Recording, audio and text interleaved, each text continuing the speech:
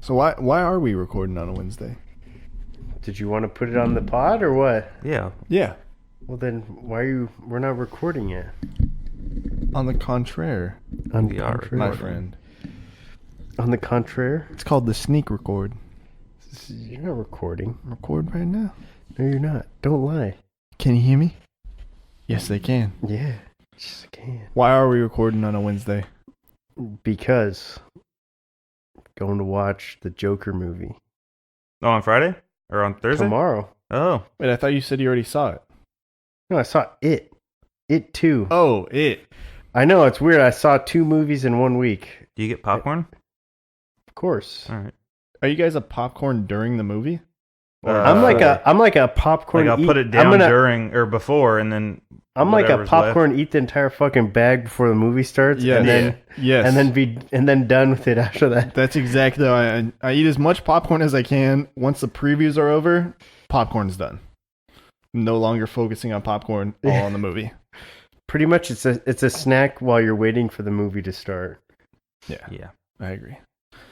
Yeah, the Joker movie looks pretty good. It's gotten some pretty good reviews. I was looking at some of the stuff. So the guy lost like 80 pounds for the movie, Joaquin Phoenix, and he's like said that he's felt like loopy, like crazy, like legit crazy because he's lost so much weight. All right, dude, we can't have another Joker go through that kind of mental illness. Okay, because then if that's the fact, we're not having any more Joker movies. Like that's banned. You just gotta cut it off. No more Joker. I heard it's too severe of a role. I heard a review of the movie that is very confusing from a social aspect because like he's like a bad guy the whole time, but then he ends up like you end up cheering for the bad guy kind of thing. So it just seems like a very weird movie. A lot of people were saying like this could affect the mass populace. Did you see the trailer for the Harley Quinn movie?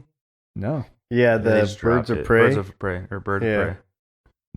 No, I didn't. It doesn't look like it was that substantive. It was kind of more like it was like kind of a witty, clever. It's like a money grab. No, it was like they tease you like like it's supposed to be it, like an it trailer for it, and then she comes out. She's like, "I hate clowns," or she says something like that.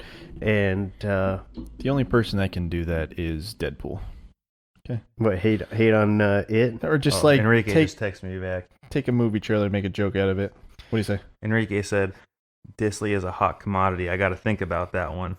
I told you that. But that means I sparked his interest because he didn't say no. You did spark his interest, but I think he's trying to drive up the price even more. Mr. S.A. Sneaky, I know you're listening. And quit countering my trades with some bullshit, okay?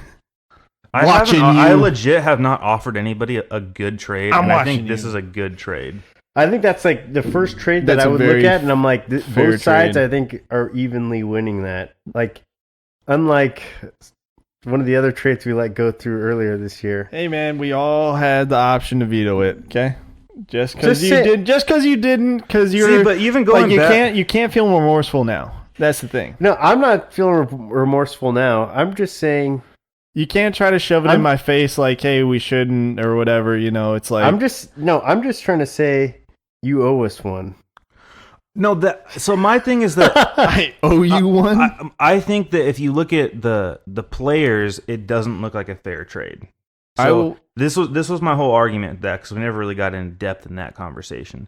The player for player doesn't look like a good trade, but the team needs looked like a good trade because he didn't need a tight end, he needed a wide receiver. His team definitely needed a wide, and that's just to say like with anybody, it's like, do you want an Amari Cooper or a Travis Kelce? Like normally you're going to say an Amari Cooper because, you know, there's only one Travis Kelce. I will say at the time of the trade, the projected points on the season favored Alshon Jeffrey. As it should, because it's a wide receiver. That's what I mean. So Alshon was going to bring more points to his team. And that's why at the time I think that it's a fair trade as far as team needs. Yeah. But obviously, like the player for player, it looked like it was in your favor. Yeah. I'll just say this was my thoughts on it. Is tight end's a more scarce position. There's only a few good tight ends in the league, and that's a top 3. And he was At the time, I would have probably put him at like four. He was a top 4 or 5 guy at the time. I'd say he's number 4. Now he's elevated himself to probably 2 or 3, or maybe even 1. Going into the season before draft day, he was not a top 5. He was 4 or 5. Yeah, he was. Going into draft, he was supposed to go higher than Hunter Henry, and but not in our draft. He didn't. No, he didn't. But he didn't. But that's where he was slated to go. Yeah, he is a 4 or 5 before the year started. Because you got to remember, it's Kelsey, Kittle, Ertz, and then I felt like it was Ingram there. It was like Ingram, OJ Howard, and Hunter Henry were all in that next tier. I think Ingram was like that he could either be a lower tier tight end 1 or a tight end 2 or a tight end 1. But he was still they're all tight end 1s. So like after your top 12. I'm not talking about fantasy. I'm talking about like tiers. Yeah. So he's definitely a tier 1. Yeah. Now. So that was my thoughts. I still didn't think he needed a wide receiver that badly. He has Diggs and D-Hop at the time. It's not doing shit. Well, both of them haven't produced what they should be, but yeah, what's going on with D-Hop? I will say my overall stance on trades is if you make the trade and you accept the trade, I'm not going to veto it. I'm not a veto person unless somebody asks me to veto. That's the only time I will veto. My thoughts is if you think it's going to affect the balance of the league, like because other people are involved in this. Yeah. So like if one guy's clearly winning a trade, like there's that goes into it. You literally are not just screwing that one guy over, you're screwing the rest of the league over who has money involved. No, I get it. I'm just not. And that's my thought process on it. I'm just not a veto guy. Keep it fair. No, that's why trades don't happen that often because it's hard. It's hard. Very rare. Somebody wants to win the trade. Yeah. And I think the only trades that are good are ones where both sides feel like they won. And that's very hard to do. And that's tough too because I felt like Chad really thought he won. That's the only reason why I was like, I didn't really want to veto it at the time. See, this is a kind of situation where, like, let's say you draft a Saquon Barkley in the first round, or let's go back a couple years. You draft Le'Veon Bell in the first round. You were able to get Alvin Kamara in the second, and then you took a huge chance on Kareem Hunt, and he panned out nicely. So you have 3 amazing running backs. Yeah, and you're pretty low on wide receiver. So you're like, I'm gonna trade away Kareem Hunt for, let's say, Julio Jones. Mm-hmm. Like, you might think that you're winning that trade because Julio Jones isn't better than the other 2 running backs that you have on your roster. But in that person's roster, they don't need Julio Jones. They have, maybe Amari Cooper and somebody else. It makes zero sense to trade for the same position. And I think that's the thing you're trying to say. Everyone that's listening right now that wants us to get into like our normal talks, we will get to that. But just hang on because we're doing fantasy right now. Yeah. But yeah, I agree. It's hard to do like a position for position trade because you really have to believe that person, something's going to change on, you know what I mean? You have to be high on that guy. Yeah. So well, that's why there was a trade vetoed earlier this year. It was same position for same position, But also there was history of like weird shenanigans. And there's shenanigans going on too. That's always something you got to factor in too. James, there should be like a rule, like if you have a sketchy trade voted by the majority of the people, then you don't get to trade anymore for a year. It's like a ban. A ban. You get the Vontez burfict ban. I mean, technically we could levy that regardless, but it would just have to be written, and then I just make the move. You have the sacred scrolls. I was looking earlier. I could still edit our schedules right now. They're not set in stone at this point. That's great. I'd like to play Chad again for the next 3 weeks. Yeah. How much money are you willing to give me to make that happen? Can I play? I just want to play Enrique. I'll give you. I want to play SA Sneaky next week so I can give him his first loss. Dang. Oh, okay. Because that's coming for you, Enrique. Dang. Okay. Everybody that's I'll listening, give you if you Amari don't listen Cooper to for Chad 3 weeks in a row. If you don't listen to the All Bad podcast, go follow them. Sounds good. What'd you say? I'll give him Amari Cooper. For I'm Chad going full corrupt in this league. So at my work, they do a Halloween contest, and I've solidified myself as a judge, and I told everyone, just so you know, I am not impartial and I can be bribed. So, huge chocolate fan. Bring me some sweets. Butterfingers per preferred. They have free Butterfingers at my work. So I'm surprised you haven't gained like 30 free pounds. Butterfingers and Reese's. Yeah, my boss buys those he buys those like big packs of candy at Costco. Yeah, that's and what they do. He has them up front. Luckily, I just don't I just have trained myself not to go up front and just grab like a handful of chocolates and just stash them at my desk. Dude, I'm walking around all day. I eat like 3 Butterfingers, 3 Reese's a day. You're talking about like fun size, right? I had a Kit Kat the other day. One side was full chocolate. What do you mean? Like none of the little wafer or whatever? None of it. Yeah, it was full chocolate throughout. It's the craziest thing that's ever happened. Backside of I've never seen that before. Never seen it. It was incredible. I felt like a winner. I was like, this is a good day. They have a dark chocolate one too. Wasn't that? Before we get into it, I'm still really confused. Like, so there's a Kit Kat. I took a picture of it. Okay. And hold on. He's got to slide through it. Don't say. So you took a bite out of it and you saw it was chocolate all the way through. Yes, exactly. Nope, that's me changing the stereo and yeah, guys, I can't find it. All right, no worries. Boys, let's get to it. Enjoy the show.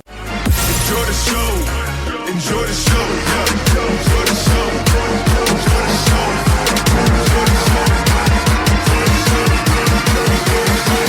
Lights, camera, action. I can't find it. What's up, everybody?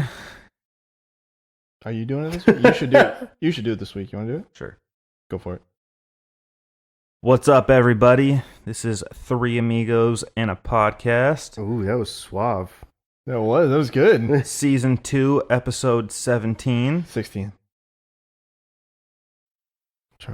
Doesn't matter. Gold jacket, green jacket. It's one week difference. I might have fucked you up. No, it's 17. I just saw it. All right. Do it again. All right. What's up, everybody? Three Amigos and a Podcast. Season 2, Episode 17. How's everybody doing today? Ooh, that was good. That was the first time in 67 episodes that somebody else did the lead-in. Yes. Well, yeah, man, it's feels good. We should start taking turns doing it. Yeah, no, I'm good. I'll take turns. All right. It felt right. It felt right. Right. It felt pretty good. Felt good. All right. So how's everybody's week going? We're recording on a Wednesday today, so Brandon, why don't you lead us in with why we're doing that? Well, I think you already recorded. Oh, we already did that part. Recorded that, right? Yeah. You were silently trying to just. That's right. Yeah. You were trying to just get a little. So my bad. We got that. You're trying to deceive me with some. So then we're going in for the real thing now. Sneaky recording. Real thing. Yeah, Real we're good. Okay, so that other stuff is already on the pod or no? Yeah, that's the pre. We've gone through our layout. We try to do like a candid pre-record intro, then into the podcast. Yeah. It's like they get to feel like they're a part of the group. So this is post enjoy the show. Yes. Yeah. So then we're just diving straight into it. This is like we know the mics are hot right now. The mics are already burning hot right now. They're scorching. All right, shut up. Let Ryan do his thing. I'm liking this. So, NFL this week, we had some pretty good games. Wait, you're not going to ask me how my week was? I thought that was already before. No, I didn't tell you about New York at all. Oh, fuck. My bad, dude. Okay. How was your week, Dean? My week was good. Last week we recorded on Wednesday as well, so back-to-back Wednesdays. Flew to New York on Friday, or actually I flew to New York Thursday night, landed in New York 6 a.m. Friday, so was exhausted. Got some drinks in you, saw that. Yep, got some drinks in me. Phil's Barbecue at the airport got a double for $7 whiskey, so that was pretty good. Damn, that's a steal. Yeah. On my flight out there, I watched the what's that Harry Potter prequel? It's not Wizards of Waverly Place. No, that's it's a Disney show channel. You know what I'm talking about? Fantastic Beasts. Yeah. I watched those first one, both of them. You didn't sleep? I can't sleep. I get so much anxiety when I fly. Like I just can't sleep unless I'm heavily medicate myself. Can't do it. So watched that out there. Went out there for a wedding. Actually, so we flew out there, and when we landed, it was like we finally got to the hotel. It was like 8:30 or whatever, and check-in is until like 4 p.m. Yeah. But I, used my magical skills of language to get us an early check-in for 9 a.m. Wow. So, yeah, we were the first room that was cleaned after the fact. Super nice. We just went right in, slept, then went to the reception. Next day, wedding happened. Sarah went early to go get ready with all the girls because she was listed as the matron of honor. So apparently we're married now, instead of the maid of honor. So she did that. I walked around New York. Pretty cool of things to come. I went to New York, got this really nice coffee, walked around Central Park a little bit, went to the How I Met Your Mother bar. Wedding was absolutely amazing. Live band, true like Crazy Rich Asian type thing, like super nice. After party at some high rise bar that was really cool. Nice.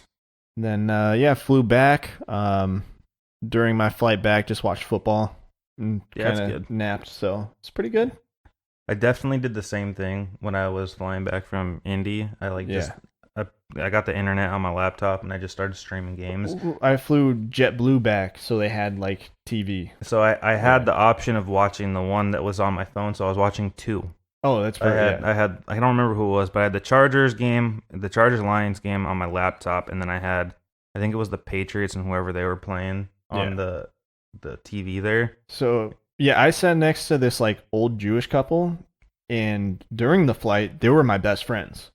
Once we landed, I hated them. Oh no! So during the flight, it was like her husband was sitting on the window, she was sitting in the middle, he was doing her thing, she was like passing out. I'm watching the one game, and you're in the aisle there's seat, two right? I'm on the aisle. So there's like two channels that have football games. Turn on the one game, she's like sleeping, her TV's off. I'm like, hey, excuse me, do you mind if I turn on the other game so I can watch like both? She's like, yeah, no problem. So I turn those on.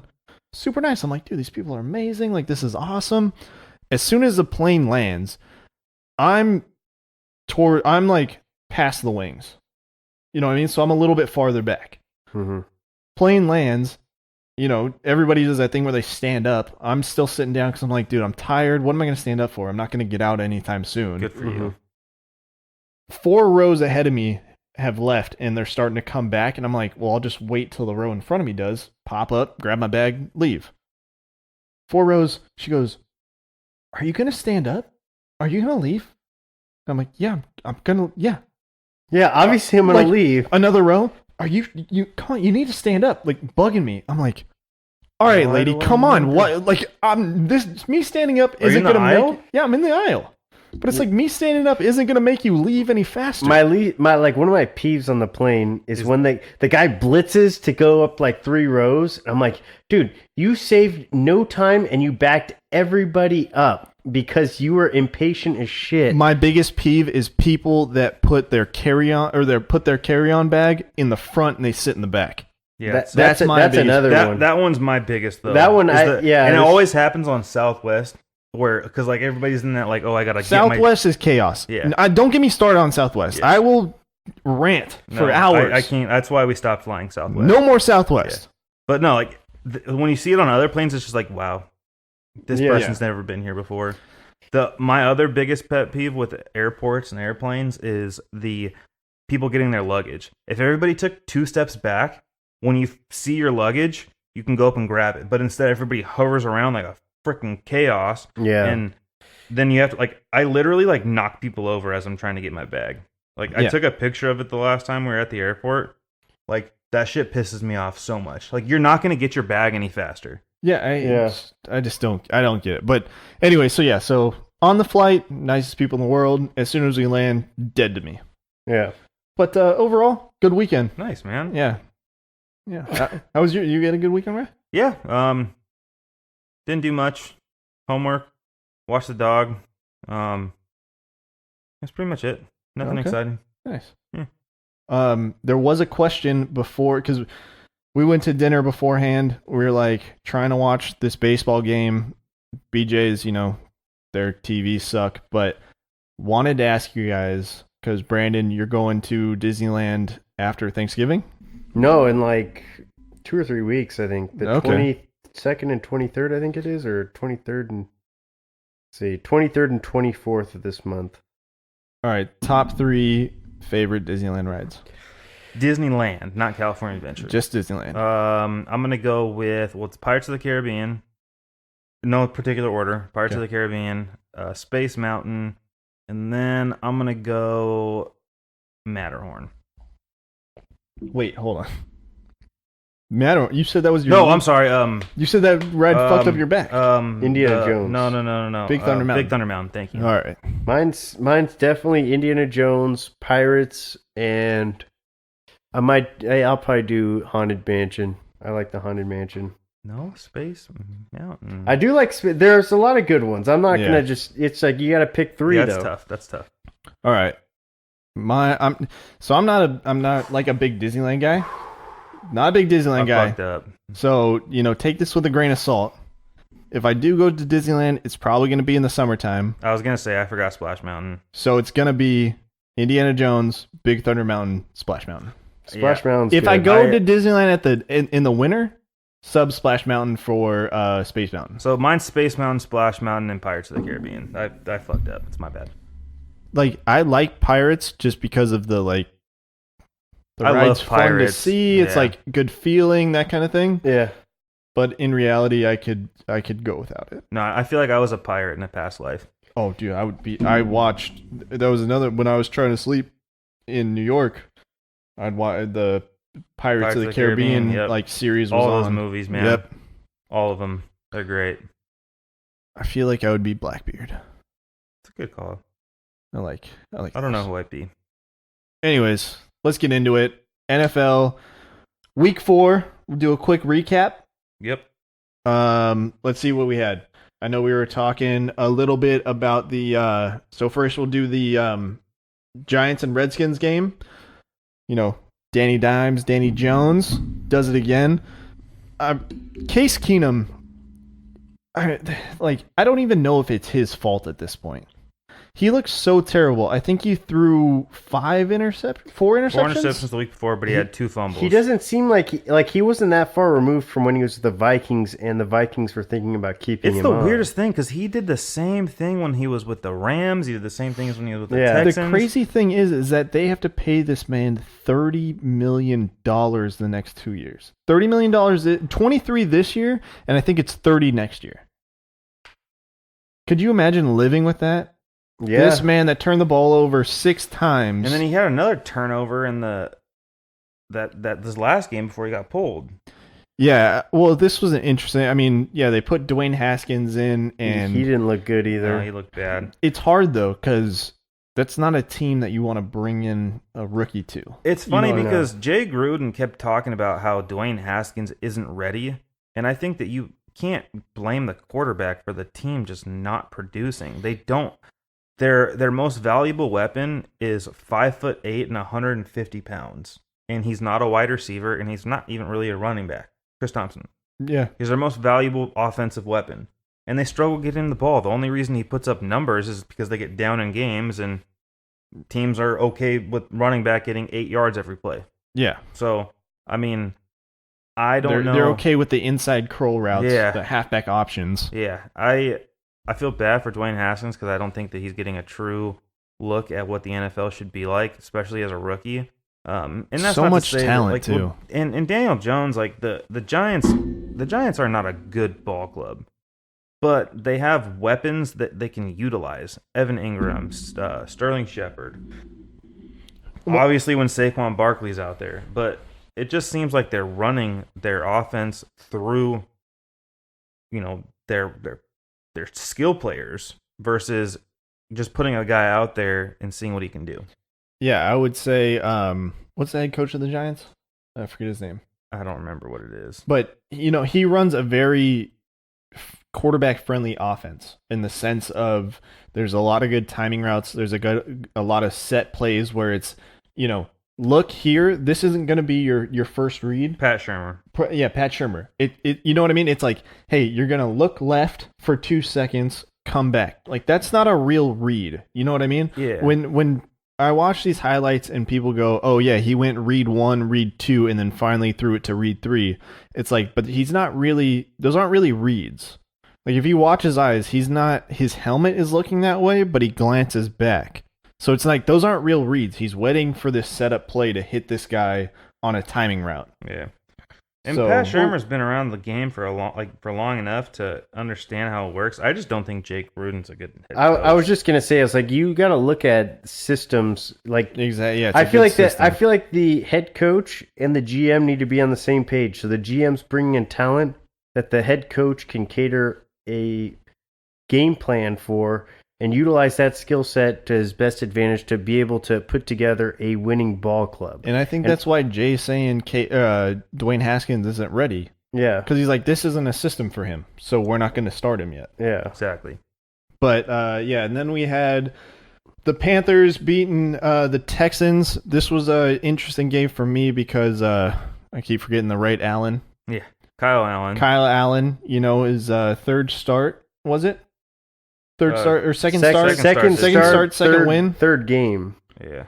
Second start. He came in halfway. There you go. Second start, second win. I mean, he looks like he knows how to, not that he knows how to run this Panthers offense, but this Panthers offense, like we said last week, is tailored more towards him, and it's more simplified, and it's beating teams with the talent that they have on the field. This is saving Ron Rivera's job, too. He's a little bit more accurate on his passes than an injured Cam Newton at this point. Yeah. Absolutely. I actually found out that Cam Newton's a vegan. Did you guys know that? It's a recent thing. That was like a year ago. I saw a report saying that they think that that's one of the reasons why he's... I don't know if that's the reason, but yeah. I saw that as well, and I was like, I didn't know he was a vegan. Yeah, it's a new thing. Then we had the biggest surprise, I think, of this week was the Buccaneers beating the Rams. In a very high scoring game. It was 55-40, I think it was. Yeah, like that was the highest scoring game in Bucs history. Yeah, that was crazy.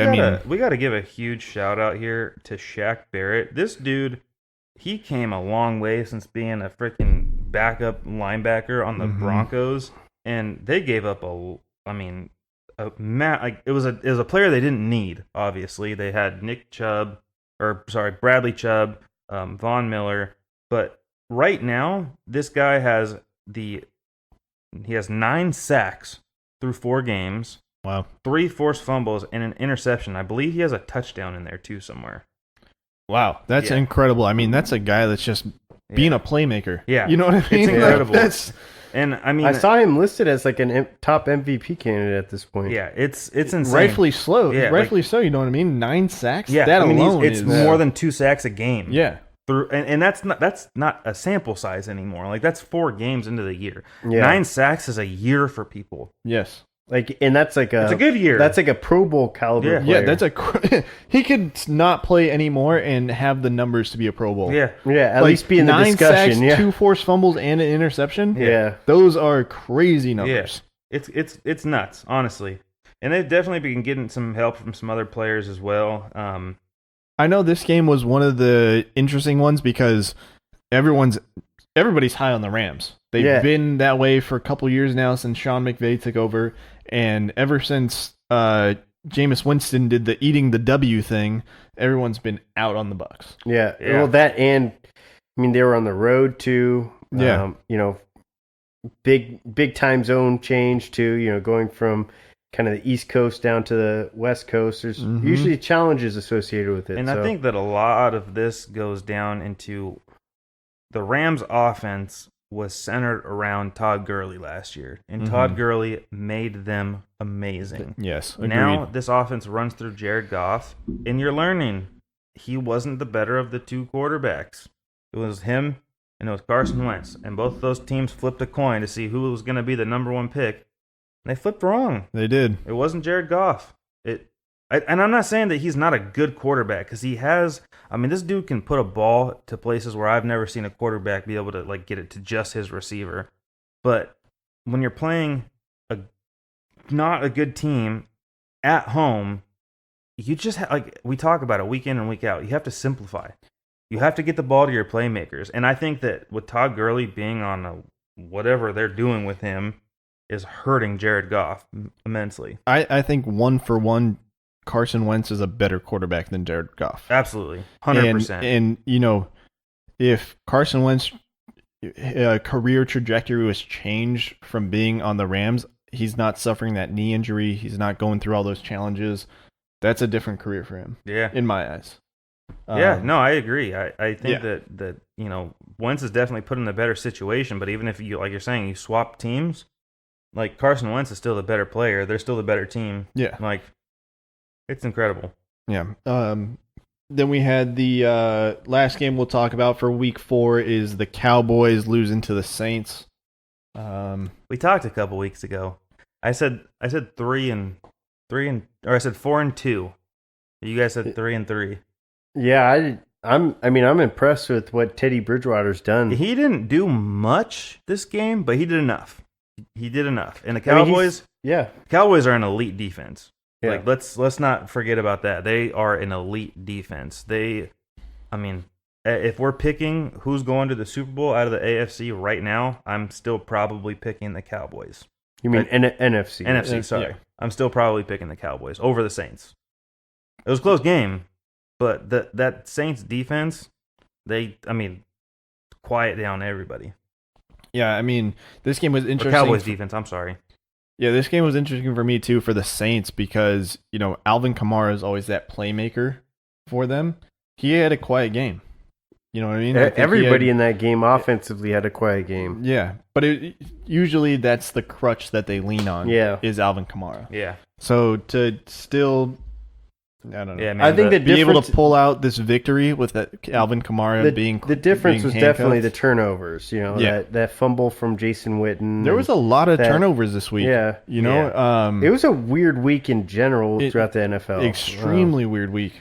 A lot of guys who aren't necessarily household names having big days. Yes. I think the other one that we forgot to bring up too that I want to touch on before we get into this week is the Browns beat the crap out of the Ravens. That was actually an important game. That surprised me. I don't know if they beat the crap out of the Ravens. They scored twice late in the fourth quarter that made the score look skewed to them. The Ravens had a chance to come back into this game in the fourth quarter. At least from what I was watching on Red Zone, it's like they had a chance but Lamar Jackson threw an interception in the fourth quarter that kind of shifted that. So they were up 40-18 with 30 seconds left in the game. It was, but that's like at the end of the game. But he's trying to say like going into the fourth quarter is still a close game, and then they dropped off. They didn't have 40 points going into the fourth quarter. It was like 20, it was like 24-10. So they're still up 2 touchdowns. Yeah, but then the Ravens scored early in the fourth, I believe. Yeah, about 9. Then they had a 3-and-out that they could have come back from and tied it in, like even the score. I think the most important thing to take away from this game, though, is that just opened up that entire division. The Browns winning that game. Oh yeah, And you look at the Steelers, who just won on Monday night. They're only a game out at this point. And it always ends up like that in this division. That's why it's such a hard division to pick. So many good teams in that division. Yeah, and I'm not saying that the Ravens are a bad team, but I didn't expect them to be down 40-18 at any point in this game. No, that should have been, honestly, I think, I don't even know what the line was, but I'm going to guess the Ravens were favored in that game. Because it was the Ravens at home against against the Browns. So, I would be hard-pressed to envision the Browns being favored in that game. Yeah, I agree. Well, yeah, like you said, you know, that AFC North division is always really competitive. And going into week 5, we have another AFC North division game going on with the Ravens and the Steelers. And that's always a huge game. Yeah. That's always a huge game. Mason Rudolph looks good. Yeah. But regardless of like the standings, you know, that's always a big game that they play tough. Mason Rudolph looks good. Steelers look like they can start James rolling Conner a little bit. Showed his worth. Well, they're doing is they're just getting the ball out to it's just all quick, short passes, getting the ball out to their running backs. Simplified. They're just trying to get the ball out because their O-line hasn't been blocking and nobody's been stretching the ball down the field. So all these linebackers, everybody's just gathering in, stacking the box. You're just not going to get any run production that way. Yeah. Yeah.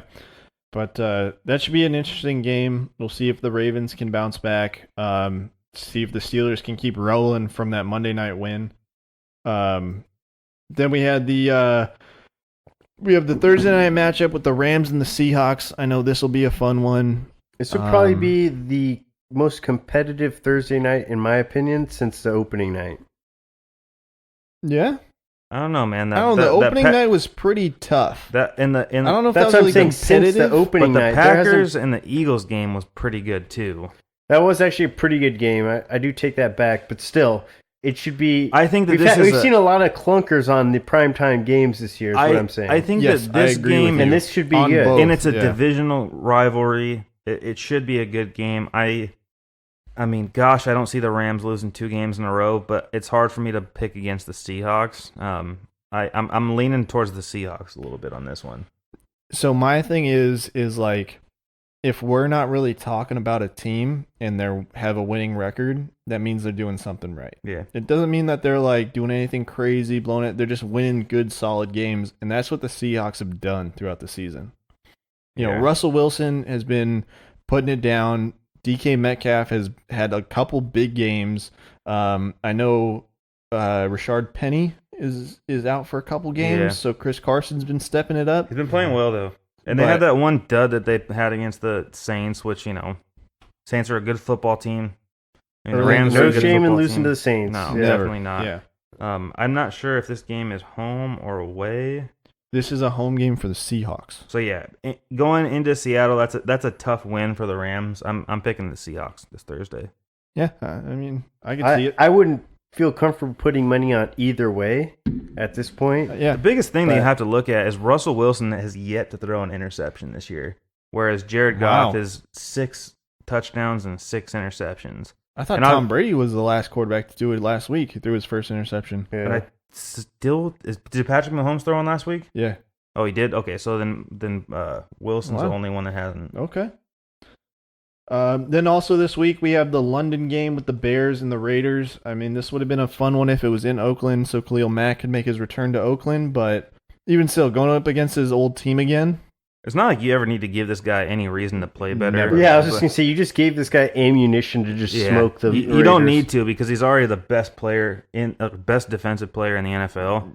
And he's going to tear him apart. There's no argument. There's literally a massive gap between him and the next But there's nothing else you need to say besides he's the best. Yeah. Aaron Donald's a phenomenal player, but Khalil Mack can do what Aaron Donald does and play linebacker. Yeah.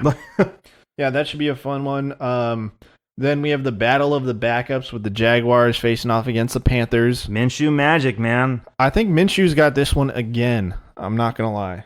Who they playing? Sorry. They play against the Panthers. Yeah. As much as I like the other Allen and CMC, it's just hard to go against what Minshew has going on for. He's got swag right now, man. He's playing with he confidence. It's hard to pick against a guy that is. Plus, the Jaguars' defense is just, the secondary knows how to shut down the receivers. Jalen Ramsey's probably not playing this week, though. Again. But it gives time for those linemen to get those coverage sacks. Yeah, no, definitely. No, Jaguars are a good defense. Yeah. With or without Jalen Ramsey, they're still a good defense. Then we have the Falcons and the Texans. I mean, I don't know what happened to the Falcons this year. Well, this is a must-win game. Both ends of this, the Texans have not been dialed in offensively. Deshaun Watson is getting sacked way too much. He has no time to throw the ball. And we already talked about this earlier on in the year. He's already a quarterback that holds on to the ball for too long. Yeah. So that on top of not having enough time, DeAndre Hopkins has to get going at some point. I look for him to break out this week big time. I honestly see the Falcons losing this game. It's a tough.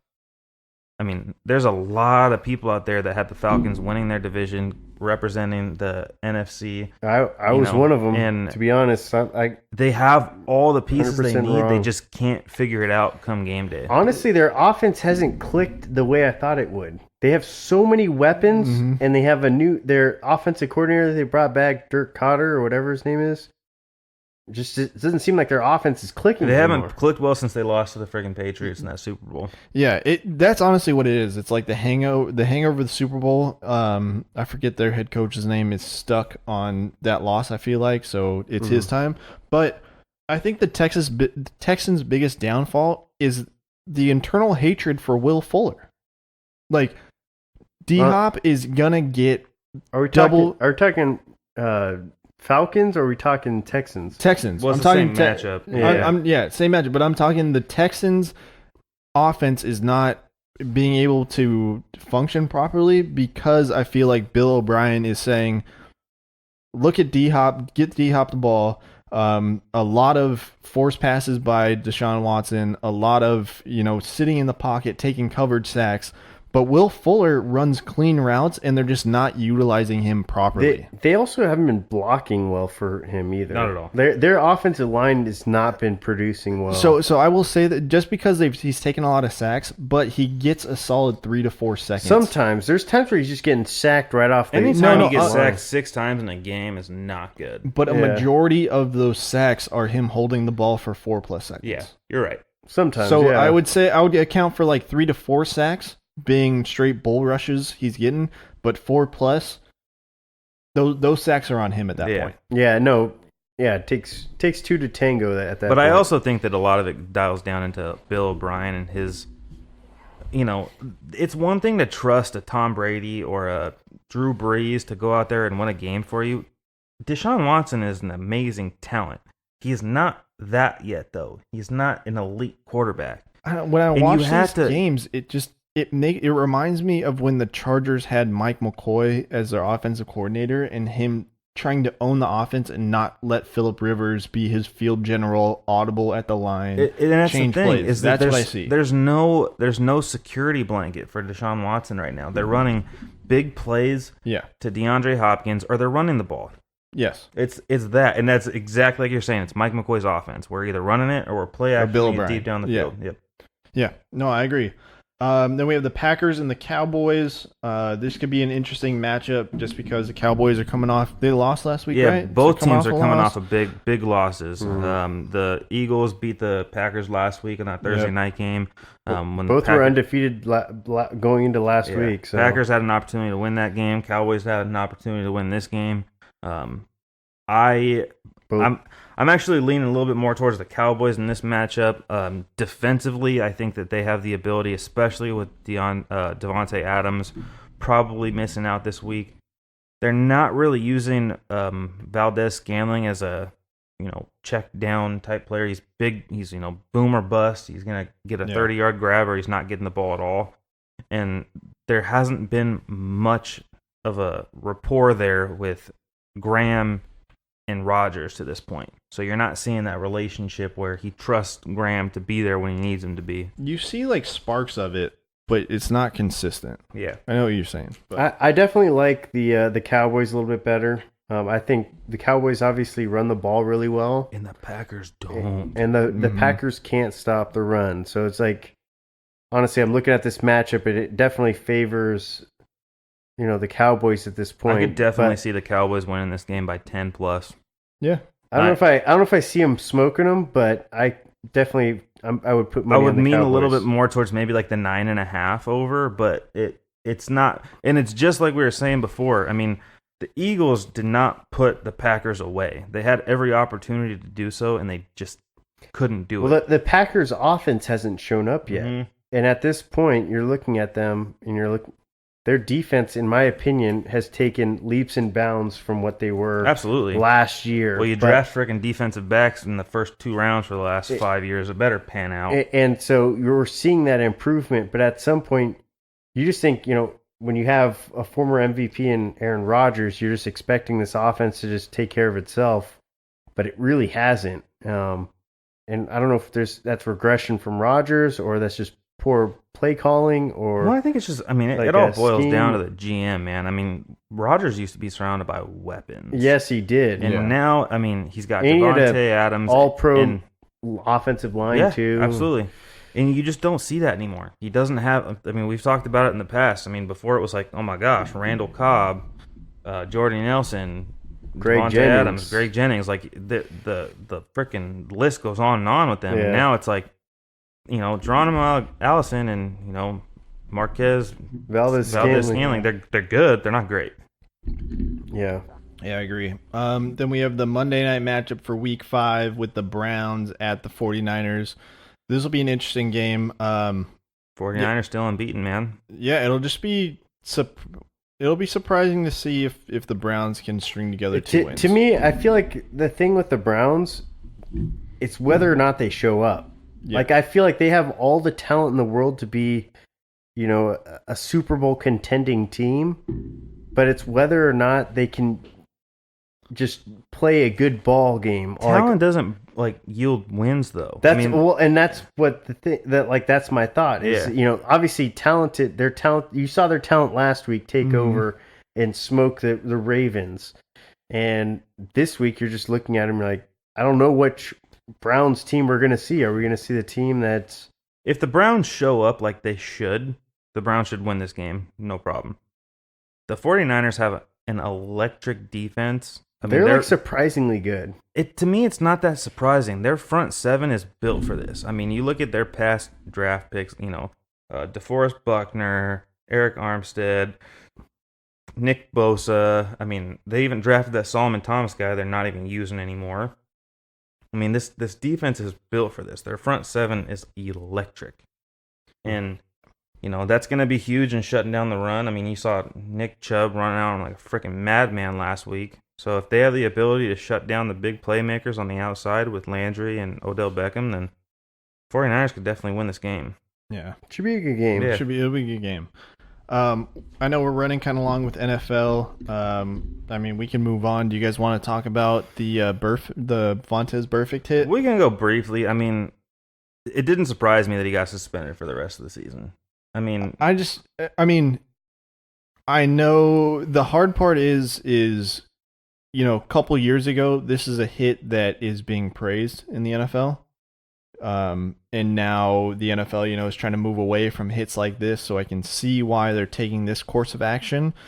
The only thing I think is that he will be back. I think he's gonna, what is it called? Like challenge. Yeah, he's gonna appeal the suspension. There's no way they give him 12 games. I mean, you're gonna give a guy that has that commits like a real crime like domestic violence, and you're going to just suspend him for 3 games, but you're going to suspend a guy that has a history of he's hard got hits. 7+ though, man. Like that's he's been doing it a lot. I mean, we're not talking about a guy where it's happened 2 or 3 times. Like it's 7 times. It's more than one every single year. I can sometimes give a player the benefit of the doubt when he there's a call and the guy's trying to make a play on the ball, and the receiver ducks a little bit, and he goes up high, and he takes out his head and just cracks. Shit him happens. Like that. It's football. Yeah, and like that's like, unfortunately, it's the price of being in the NFL, where like you're gonna get these fines. It's gonna happen, and like Brandon's saying, like you give everybody a couple of them because shit happens. It's football. Yeah. But with burfict, it's not shit happens anymore. Like he's doing it intentionally. A pattern at this point. Yeah. That's the part that's hard. It's just the fact that it's like, I don't know. It's hard to see the NFL change in this way, and I know that they're going that way. It's just they want to set a standard to like the players and let them know like, hey, this isn't okay. We're not okay with this, and they kind of like have to. It's a PR struggle for them. They've taken a hit recently, and they've already reduced his suspensions year in and year out every single time. Like I don't think this one's getting reduced. I have a hard time believing. I'm with Ryan on this. It's just a tough one. Getting reduced. I mean, I mean, we could talk about this for a while. I mean, he was already like suspended for he was supposed to be suspended for the first 4 games this year already. So it's just I understand the game, but I'm not gonna say that I'm not a fan of the hit. That's all I'm gonna say. I also that hit looked dirty as fuck to me. I'm not. To be honest, it was bad. It looked pretty dirty. I mean, and like the guy was like down. He was already down. A touch at that point would have been fine. Like he would have been down. Yeah, but just love seeing the hits, dude.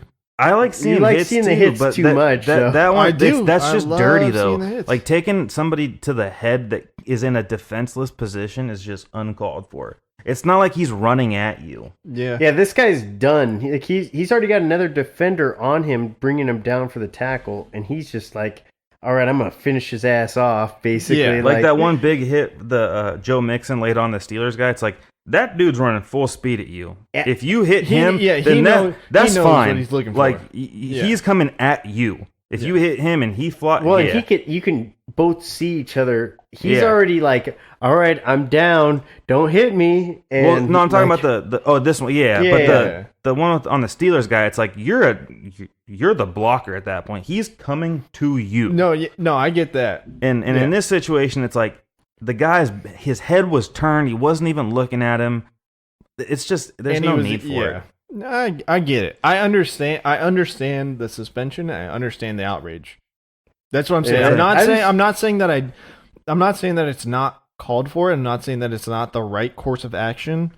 I'm just saying, just like hits. We know. I just like it. Yeah. That's all I'm saying. It's so barbaric. I called Dean out the other day though because he's been talking about that damn the quarterback like faking to go out of bounds and then running up the field. And he's been saying it for the last 2 years now. He's like, well, when this player does it, like, what if the quarterback just fakes and goes out of bounds? I was like, you've been preaching that for 2 years now, and we haven't seen it happen yet. Yeah. Never given up that fight. I know. I was sitting next to Shaylee when it happened, and I was like, I know I'm gonna like eat my words for this because Dean's just gonna be like, I'm never giving up. I'm never giving it up. Because the day it happens, I'm gonna be like, told you, motherfuckers. Told you. I know. It could happen still. But I did learn, and I don't know if you guys knew this at all, that the rule now for sliding as a quarterback, which now is mind blowing that these quarterbacks are ever taking hits. It's not about where you end up; it's where you gave yourself. Yeah. So no, I thought it's always been that. Once the second that you decided to slide, that's where they marked. Last year, that's when they started doing that. So these quarterbacks that are getting drilled when they're like giving themselves up, it's like no. Anytime somebody slides and gives himself, it's 100% like, come on, dude. This guy literally is like, he basically just... He gave you the fourth down or like, He fair caught the ball. Yeah. He's taken a knee. He's basically giving him up as a scarecrow. Yeah. He's like, I'm a tackling dummy right now. Just don't hit me. I have seen some quarterbacks that are definitely trying to push that, though. You see it with like Deshaun Watson where he's like, last second, okay, now I'm going to go down. They like fall. Yeah. It's not a slide. It's like, Andy's coming. Yeah. Playing dead. Yeah. Like that's what it is. We'll wrap up NFL. Last two questions are who's longest to stay defeated? Dolphins, Bengals, Browns, Redskins, Cardinals. Who we got? We're sticking with the Dolphins. I feel like it's the Bengals. Dude, I feel like the Bengals looked like garbage. They probably have a better chance. I still am sticking with the Dolphins just because they've been so bad. But I will say this, the Bengals are flirting with them at this point. They look so bad. That's tough, man, because the Bengals play the Cardinals this weekend. But the Cardinals came off a bye. I feel like the Cardinals aren't... I mean, they're not good, but they're not that bad. They're not the Bengals Cardinals didn't bad. have a bye this week? No, they didn't. Who'd they play last week? Cardinals played the Seahawks. No. Who had byes last week? 49ers and... Detroit, right? Or no? No. Detroit's got the bye this week. I know it's the 49ers. I don't know who 49ers. Anyways, so, I mean, we'll see. But I have a feeling it's going to be the Bengals. I'm saying the Dolphins. All right. Yeah, and then, I got to stick Dolphins. Longest to be undefeated, Chiefs, Patriots, and the 49ers coming off the bye. Patriots still? I'm going front runner on all these because I feel like that's what the answer is. Because I really just feel the Patriots are just that dominant. I'm going to go with Chiefs. The Patriots have such a soft schedule, though. I know. I'm just trying to be different. It's the Patriots. I'm just going to say Chiefs because... I will say this. The Patriots, every once in a while, they just drop a game. You're like, where the hell did that come from? Yeah. All right. And then finally, the lock of the week. Who's our locks of the week? Oof. Give me a second. For me, I got to take the Bears over the Raiders. That's a good one. I will say this, I can't take that in full confidence just because it's in London and weird shit happens in London. That's very true. He's right. That's very true. Let's see. But I just feel like it's another chance at a primetime game. Dude, I'm going to roll Eagles. I mean, you're not picking the Patriots yet. I know that. That's too easy. They're 15.5-point favorites. Yeah. Going Eagles over Jets at home. I would go Vikings over Giants. I feel like the Vikings got this. Not going against Danny Dimes right now. Or you not trying to burn the Vikings? Well, the Kirk Cousins yet? got hurt last I'll burn week, the Vikings. Didn't Kirk Cousins get... No, he didn't get hurt. Kirk Cousins been playing like shit. Yeah. Yeah, I feel like that would be my pick of the week. Vikings over Giants. All right. Well, let's transition over to baseball. Yesterday we had the NL wildcard game with the Nats versus the Brewers. Brewers went out early. Nationals had a crazy comeback in the 7th, was it? 8th. The 8th? Eighth inning, right before prime time, the 9th inning. Yep. Dude, that mean, my gosh. Man. Well, we had just also said, too, right before that the Padres had massive imprints on this game. Yes. With Grandal hitting the 2-run shot, then Trey Turner hitting the solo shot. Then I remember seeing Jordan Lyles getting warmed up in the bullpen. He pitched for us the year before. And yeah. It's just sad. Let it go, Brandon. It's just sad as a Padres Way fan. to bring us down. Let it go. Padres season's over. We're moving past it. It's hard to. Do you want to bring up the local boy of Steven Strasburg finally making his first I was very happy that card debut? That was awesome. Yeah. Because he's going to be on the Padres next year. Mark my words. Sure hope so, man. I hope so. But yeah, that was a crazy game. It was fun. That was like a true baseball game. It was definitely a wild card game. Yeah. Yeah. But feel bad for the right fielder. He's a rookie. Misplayed that ball. He was such a huge factor into them getting to the playoffs. And that's what sucks. I mean, it reminded me of that Marcus Williams, that rookie for the Saints, when he missed Stephon Diggs in the playoffs.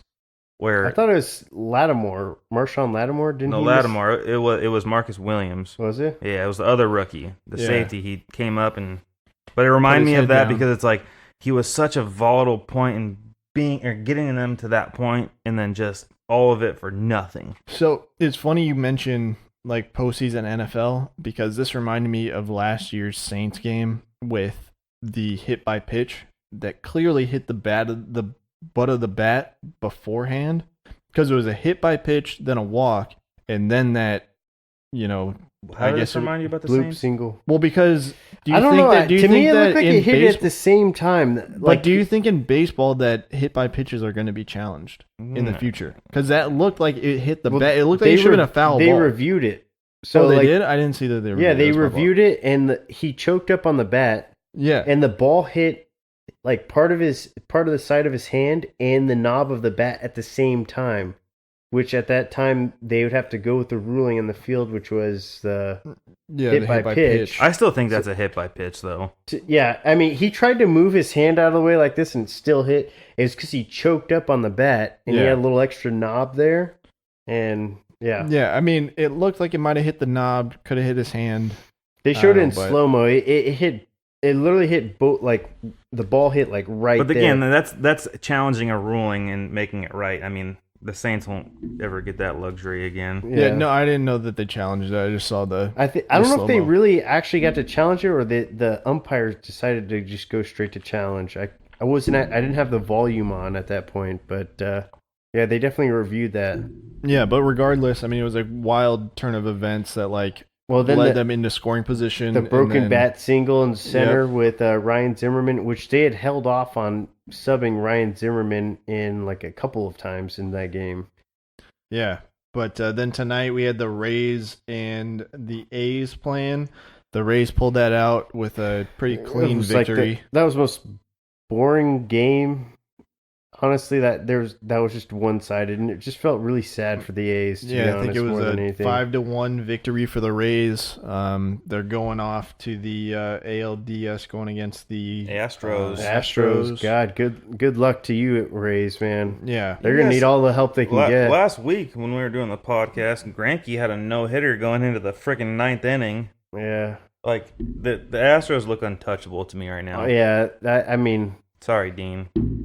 Yeah, Astros. Okay. are what I hope the Padres eventually become. Can only dream. Can only dream. Yeah. God, So who invited this guy?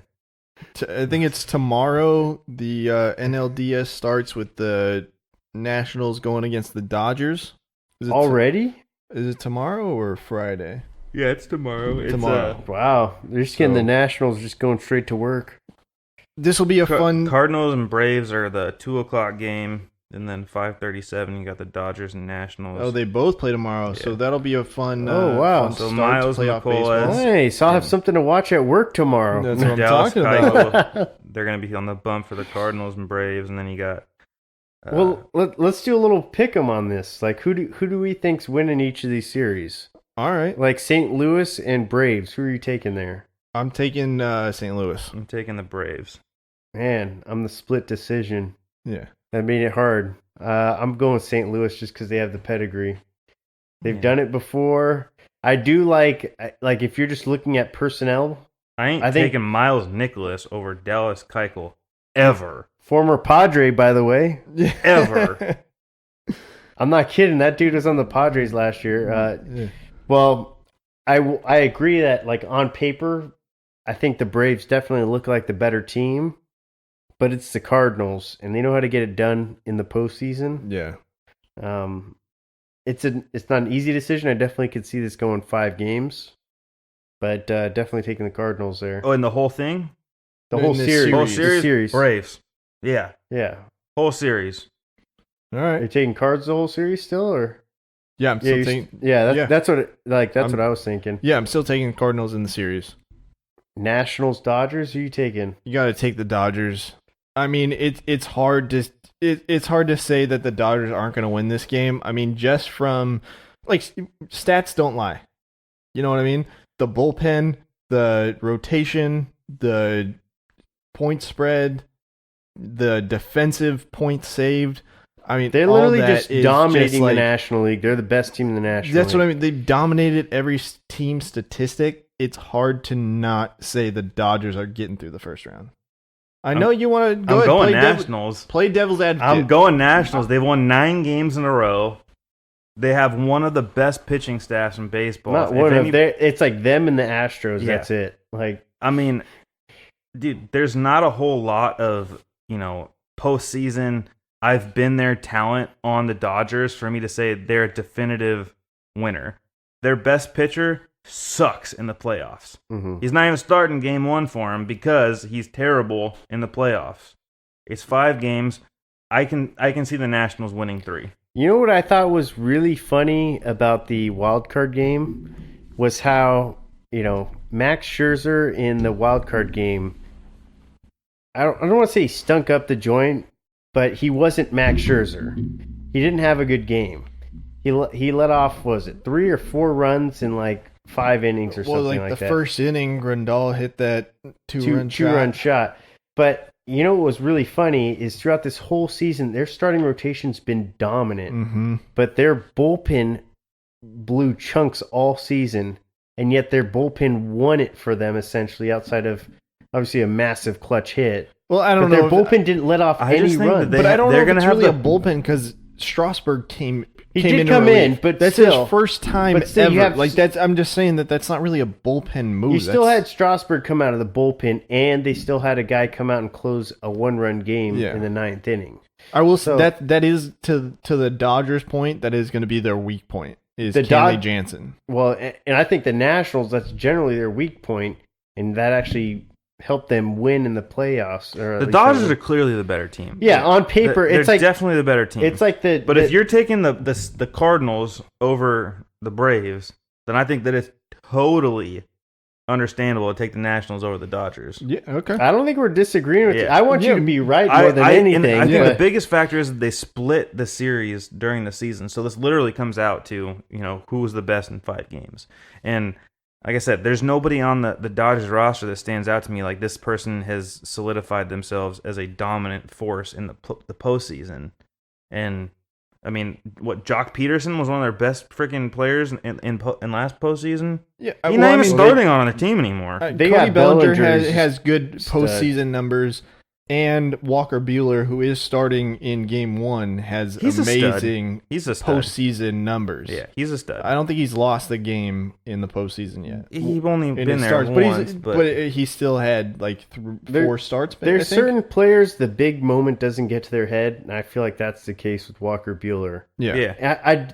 I mean, I like the matchup though with Corbin going up against that lefty dominant lineup to start off the series. Mm-hmm. You know, Dodgers Park is not a hitter-friendly park, so I think it's going to come down to who has the better, starting. Well, you look at the Padres, we do really well against the Dodgers, like for the most part. Yeah.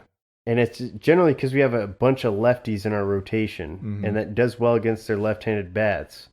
Yeah. Imagine having a rotation filled with guys that are actually stud left-handed pitchers out there. I feel like they could. There's a chance the Nats could win the series. Watch, they'll fucking lose in 3 straight. Yeah, I could see this going 5, but I got to go Dodgers for the most part, just because, like you said, on paper they're just so dominant. They're the best team in the National League. It's really not close. Yeah. ALDS, you guys got Twins Yankees. I got to take Yankees. I think this is going in 3. I think the Yankees sweep them. I got to take Yankees sweeping them. Yeah, I mean, I'm not even going to try to pretend to be devil's advocate in that one. Yeah, I mean, the Twins have huge bats, and they've broke records for, Well, they hit 300 home runs this year. That's what the Yankees can go pound for pound with their best asset. Yeah, it's like if you're going to swing for the fences against the Yankees, they'll match you. Yeah. Yeah. Like if it was any other team, even if it was, them going against the Rays right now, like I would still pick the Yankees, but I would think maybe 4 games. I thought, maybe Blake Snell or Charlie Morton can go out there and, pitch a gem. Yeah. But I don't see the Twins are going to go out there and give up 3 runs to the Yankees on any of these games to be able to, overpower them. Yeah. Yeah. I think for the most part, it's like, it just seems like destiny. It's going to be Yankees versus Astros. Yeah. I was going to say, I predict that the Astros will win 3 straight games. Against the Rays. Yeah. I don't know. I feel like the Rays might sneak out 1. Dude, the Astros do everything right. They do. That's the only thing. The Astros just do everything right. They are literally... They're a balanced lineup. They're the bigger, better team. Yeah, but I don't know. I have a hard time believing they'll both get swept. I'm feeling 4, Astros in 4. As I have this Yankees hat next to me, I'd like to say the Yankees would take the Astros in the next series, but I could see. We'll wait for that to get to that. You got to see how it pans out first. Yeah, but I wouldn't be surprised if it's a repeat of last year. Yeah, it's not going to be a repeat of last year, but because the Braves are going to the World Series this year. Oof. Dang. I mean, that wouldn't be the worst thing in the world. Yeah, it's the Braves are better than the Dodgers. You think so? Yes. On paper. Yes. I don't know, man. I disagree there. I think that the Braves are better. The Braves have a brighter future, maybe? You can maybe make that argument? I don't know. The Dodgers are deep. I think the Dodgers are going to be good for a very long time. They both are going to be good for a long time. You're talking about 2 teams that have a really young core, but I think the Braves have a younger core, maybe. I don't know if I'd be able to say that the Braves have more talent than the Dodgers, though. Like overall, yeah, I feel like the Dodgers are a tough thing. The Dodgers are just a better team, in my opinion. Yeah, if I was talking to a Dodgers fan, I'd argue that point till I was blue in the face. But if I'm being real, I don't know if I'd be able to admit that. I hope you're right, Ryan. Though. Yeah, I hope so too. We'll see. I'm also just trying to put the juju out there. I will say though, I love playoff baseball. I love the first round of the playoffs. That's my thing. All playoff baseball. Yeah. Really all of it. I like the table. I like the table getting set and seeing how it's going to pan out. And it's funny too because like you'll see maybe the Braves get taken to 5 games with the Cardinals and the Dodgers sweep the freaking Nationals, and it's like, who are you going to pick in that? Okay, obviously the Dodgers. Yeah. And then the Dodgers lose the first game of that championship series, and you're like, oh, do the Dodgers suck? And it's just really the Nationals are a really crappy team, and then you start to second guess yourself, and then Dodgers reassert their dominance at that point or something. Yeah. I wish, honestly, we've talked about this before. 7-game series throughout the playoffs. I don't like the 5-game series in the first round. I don't like the 1-game thing. I think that it's and the 1 game. I don't know. I don't mind the 1-game thing. I understand I understand not liking the 1 game because that's just not how baseball works. But I love the drama, chess pieces, the chess moves. Yeah. I love seeing Strasburg come out to the bullpen. Yeah, in a 7-game series, that's never happening. Well, it wouldn't game 7. Yeah. Okay. Yeah. Obviously, maybe games. I'm just saying, like it for sure wouldn't game 7. We saw Bumgardner come out in game 7 after he started the game before, right? Yeah. But you know what I mean? It's like those are things that you don't see. But even because you have to get there first. But game 7 is even like a 1-game final game. You know what I mean? It's just one of those things. You have to get to game 7 first. Is all. Yeah. But my thing is like you play 162 games. And it comes down to 1 game. I just think it takes away everything from that's why I feel heartbroken for like the A's who just lost tonight. They had a better season than the Tampa Bay Rays, and they're getting bounced tonight because they had 1 bad game. And ultimately, I think it just needs to be because right now we're looking at 5-team playoff. I think it just needs to be a 6-team playoff. And just give the top 2 seeds a first round bye or whatever. Absolutely. I mean, honestly, I'm fine with that. Yeah, and then I would be okay with a 5-game like play in there. That would be the only time that I'd be all right with it. Yeah, I know it sounds like I'm throwing out a lot of pieces, but I think that the 5 teams, it just doesn't make any sense. 6 would make more sense with the layout that they have right now. Well, that's traditional formatting for the most part. But then it's 5, 7, and 7 versus. Yeah, 1, baseball's 5, 7, baseball's 7. Literally like out of all the major sports, they're like the most exclusive to make the playoffs. It's like the most challenging of them all because you have to win the division, and the divisions are always 5-team deep. Go back to 4. Yeah, so go back to 4. Yeah. Well, if they went back to 4, you would have to for sure go 7 for every series. And they weren't doing it back then, you know. So it's like I don't know. The big thing is it's the weather is supposed to be the big impact, where it's like a lot of these cold. Yeah, it gets cold, snow starts coming out, bad conditions. We've said it in the past, and we'll say it now: more baseball is better. More baseball is better. That's right. We had NHL starting tonight. The Capitals had a win against the Blues, and the Maple Leafs won against the Senators. What the hell are these names, man? The Maple Leafs. Toronto Maple Leafs. So you didn't even watch the game. No, I chose baseball over hockey, but dang, you're not a real fan. You call yourself a hockey fan?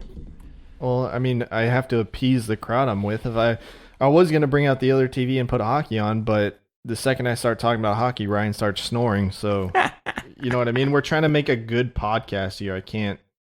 I'll try this year. I tried last year. It's hard for me. I can't see the puck. There's just not enough time to watch all the different sports is what it is. And then basketball comes on, and I want to watch basketball. And I'm already excited. I'm juiced. Preseason starts on Friday for Clippers. And Paul George is already out for till November, which is like 1 week, but he's out till November. On opening day or like on the first day of the season, I always like betting on my teams just to like. What are your odds?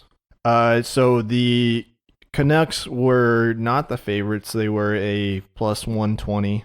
So bet on them for the season, right? No, or just for the first game. I like putting money, like the Padres opening day, like putting money on them. Canucks opening day, like putting money on them. Those kind of things. So they're tied 1-1 against the Oilers. Edler got the goal again with the assist from Brock Bozier, who had the big contract in the offseason. Think the Canucks are going to do real well this season. Not going to lie, boys. So if they tie on that, is that a push essentially in your bet, or how does that work? So hockey, there's not really ties. Like, they can tie, but it'll go to shootout after the. And then if the shootout ties, then they'll get the tie. But if it's a tie, it'll push. So the game's on right now. Yeah, the game's going right now. They're in the third period. Third period just started. Damn, you viewers are so lucky because Dean's just sacrificing an important I do what I can for the pod, dude. Do it for the pod. Then the fourth game was the Sharks going against the Vegas Golden Knights. They're down 3-1. The Sharks are down 3-1? Yeah. Moving up to San Jose in January, so, I'm really pushing for the Sharks to take a huge dump so I can just talk shit to all those fans because I'm really not a Sharks fan. Well, I'm a Vegas Knights fan. I've always been one. Oh, yeah? For the last 2 years? No, I've been a fan since the beginning of time, man. 2 years ago. No. God, dude, I hate Knights fans so much. Dude, I love the Knights. Yeah. I hate the Knights with a pad. Like it goes. If I weren't such a diehard Ducks fan, I would be a big Knights fan. Man. Those are our teams, man. When we get jerseys. I hate that you guys fuck around and say you're Ducks fans. We're Ducks fans. I hate honestly, if I could be a fan of any team, it would be the Ducks. That's the worst joke on the podcast. Quack, quack, Mr. Ducksworth. Yeah. That's Dude, I just saw joke. it's the 20th or 30th anniversary of that movie coming out. That's 20th, worse. for sure. Is it 20th? That's the worst Yeah, joke. we saw it when we were children. Did you say 30th? I don't know. I can't remember. How fucking old are you? I'm 29. How old are you? But it could have come out before I was born. I don't remember. Brandon. I didn't see it when I was when it came out It's in got theaters. 90s movie quality. It's a 90s movie. Whatever. 20 years since that came out. I'm just saying, that's the worst joke that you guys made. That's worse than the Goldberg! It wasn't me. I heard that something else wasn't that bad earlier, so that's worse than that joke. No, dude. We're Ducks fans. We're Ducks and Knights fans. I think the Ducks... You're not. I think the Ducks are better than whatever you just heard. The Canucks? No, the Ducks. Well, the Ducks are better than the Canucks. No, well, that not. too. God, I hate you guys. I will put money on it. No, I'm so done with this. This is a terrible joke. No, the Ducks live forever. They quack forever. Anyways, Quack, quack, Mr. Ducksworth. Quack, quack, Mr. Ducksworth. Edmonton's not a terrible team, but I think the Canucks can pull this out. And like I said, their strength of schedule, I covered it a little bit when the schedule came out. I said that they have a lot of home games and a lot of West Coast games. That plays well into their hands and into their favor. So that's going to be a good season for them. What's the outlook for the Canucks this year? I think they're going to be a wild card team. Last year they surprised everybody and they were, 3 games out of it. This year I think they can make the playoffs and make a little dent into it. The wave is coming. Do you know what a Canuck is? It's a whale. Yeah, it's an orca. Yeah. And orcas eat ducks. Well, fact. I will say this. And they eat sharks. Fact. Team Gotham Rogues will eat Team Rogues. Whatever your team name is, I can't even remember it. Team Gotham Rogues and Team SA Sneaky are going down this week. Nah, I think Team Gotham Rogues gonna down get like a ton of bricks. It's gonna just knock off that undefeated team, notch another win under that belt, and just move on to the next week. That's false. Anyways, let's wrap up the podcast. Ducks or what, man? Yeah, you guys are shit. He's hating it. Don't hate on the Ducks. Let's wrap up the podcast. Did you really just quack at your teacher in detention? Ryan, you got our stat of the day. Stat of the day, stat of the day, dabba-dooba-doo, stat of the day, stat of the day. Here comes that what? Stat of the day. Bop. All right, this is a good one. So, congratulations to Josh Allen, who last week, not the week before last, earned his 5th home win in Buffalo Stadium. He is now, since 2001, the number 7 in most wins by a quarterback. With that franchise. With the Bills. Wait, say that one more time. So, since 2001, mm-hmm. Let me just get into the actual statistic here. In Okay. 2001, there are how do I say this properly? I got to restart. My brain's not functioning properly. All right. Ryan with the stat of the day. I know. So, I was saying congratulations to Josh Allen, who earned his 5th home win the week before last. So week 3. Week 3. Josh Allen with the Buffalo Bills. They were 3-0 at that point. But since 2001, the most winning quarterback in Buffalo Bills Stadium is Tom Brady with 16 wins. Damn. That's Who just got his 16th win this past week. The quarterback before him with the most wins, Tyrod Taylor. Go ahead and guess. I don't know. Drew Bledsoe with 14. Oh. God. They're just like all the Patriots. He is they tied, just freaking own. He is tied with Tyrod Taylor, though, for 14. Oh, yeah? But yeah, that is depressing. That's very sad. Depressing. 16 wins for Tom Brady in his career, obviously since 2001. I remember every time Rob Gronkowski, because I guess he grew up in Buffalo, New York, he would just go ham against them. Like every single time, if you were starting Rob Gronkowski that week in fantasy, easy 30 points. Yeah, you're like, all right, this dude's getting me like 25, 30 points every week against the Bills. Damn, dude, that's most wins by a starting quarterback since 2001 in Buffalo. Tom Brady. Damn, it's gotta suck being a Bills fan because you know you're just always gonna be in like the Patriots and Tom Brady's shadow. Well, and Tom Brady, this is year what for Tom Brady? 14? No, he's been more than that. He's like 16 or something like that. It's either 16 or 17, but either way, I don't think he's lost in Buffalo. If he has, he's lost once. I honestly thought your stat of the day was going to be the Chargers stat. What's that one? It was like the first time Phillip Rivers won on the East Coast in like 30 visits. No, he wins on the East Coast. He just doesn't win in Miami. First time the Chargers have beat the Dolphins in Miami since 1982. Yeah, it's been a while. There you go.